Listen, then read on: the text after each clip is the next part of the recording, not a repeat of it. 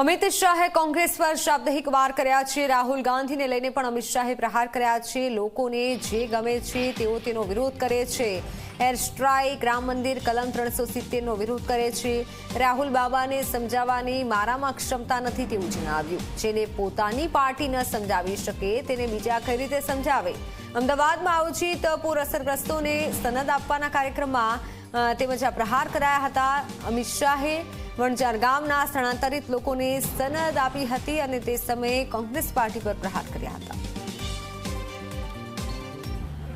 અમારી પાર્ટીના જે સિદ્ધાંતો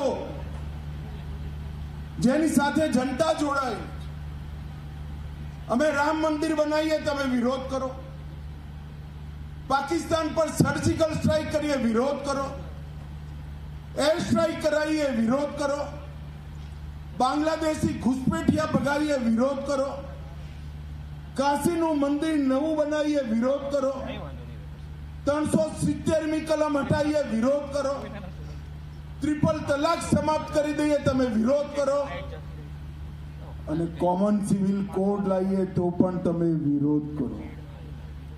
જનતાને જે ગમે છે એનો તમે વિરોધ કરો છો। ક્યાંથી મત મળે ભાઈ? પરંતુ રાહુલ બાબાને સમજાવવાની ક્ષમતા મારી નથી।